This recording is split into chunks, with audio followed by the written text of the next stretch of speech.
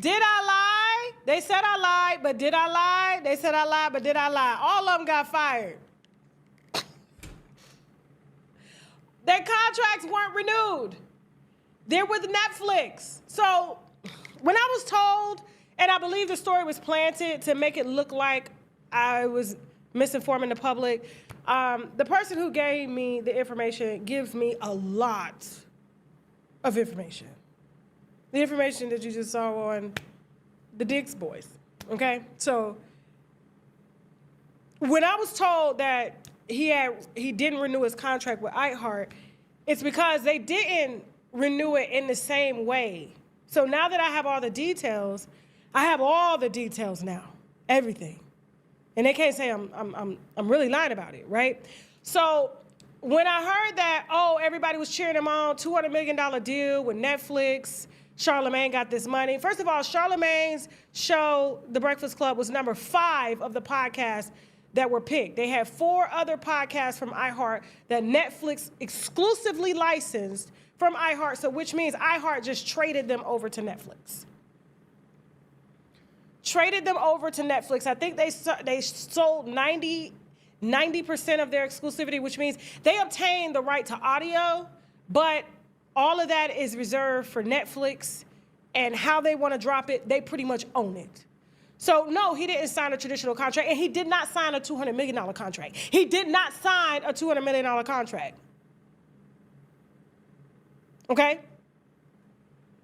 And his Black Effect network didn't sign either. Because they told me. The people that are assigned to him, they told me. Y'all welfare checks, if you're on welfare, is more than what Charlamagne is paying them on the Black Effect network. And you know what's so bad about the Black Effect network? Because a lot of y'all will say, oh, Tasha, you're hating. This is a good thing. Charlamagne gets a budget for the views and the streams that are brought in. And yeah, he gives them pennies. But what they're missing out on this type of deal is that they're running ads on these people's content. They don't get a fraction of the ad dollars that's being made off of these black podcasts that Charlamagne just, I own them. And so he can leverage them to say, this is what I need, this is how much ads you're making, and I'm gonna give them, and I'm gonna split up the funds here. Then his show gets picked up by Netflix, and it is a download deal. It's a vacuum cleaner deal. Like, how many vacuum cleaners can you sell? I told y'all that. And I've had people that are signed to the Black Effect tell me personally, you broke it down to the T. I was like, how does she know? Because I know the industry. I know the industry that I'm in. Nobody can come play with me when it comes to my numbers, my platform, what you gonna do for me? No. No, what can we do together? It ain't what you can do for me, because I know if you're trying to do something for me, what you trying to take from me? What is it that you see that I don't see? And I'm gonna figure out what it is that you don't see so I can leverage that more. But guess what? The Breakfast Club was a heavy competitor out here. And I'm gonna say something that's going to probably piss them off. They out the way. So guess who they're piping and soft rolling onto the radio?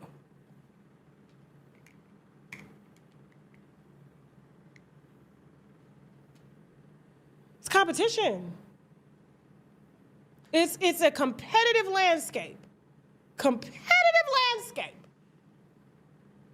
Competitive, highly competitive. And the fact that Just Hilarious is out here telling the business.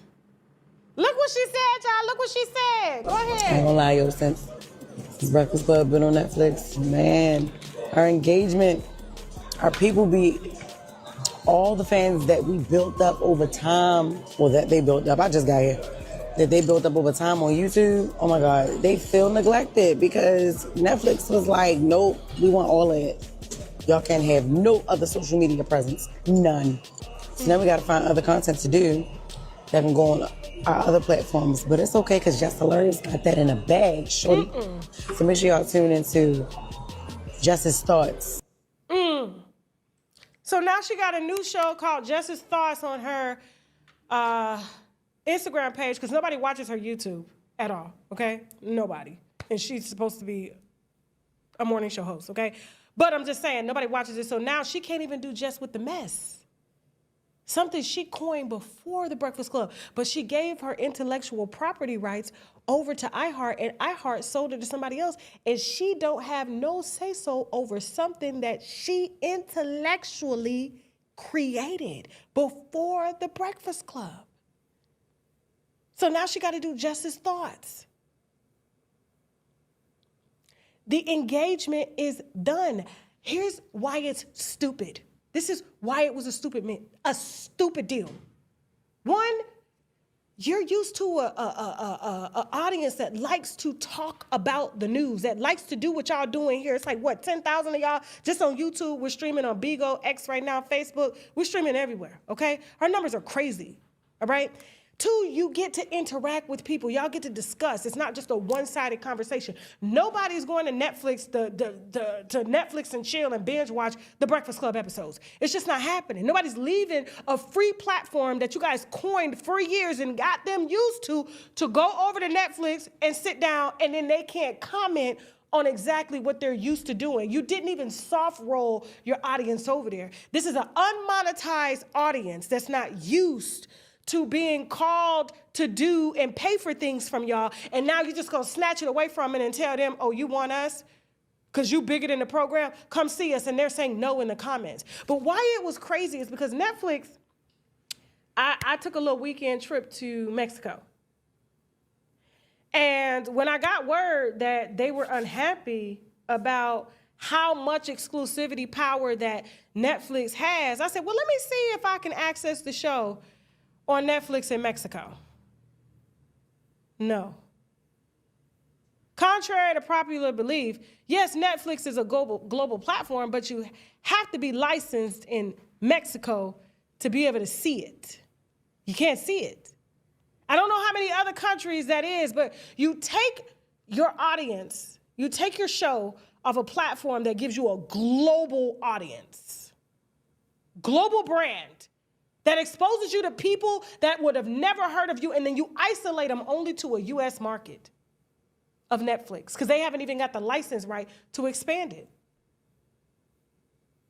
You're literally starting from scratch. I told you. And so Netflix loves to do things, and as soon as they do it, if it doesn't work, they're going to drop it. So now they've cultivated this movement, and now they're censored. The same thing they've been calling for them to do to me is censor me. Whole time, y'all are censored. Nobody hears what y'all are saying.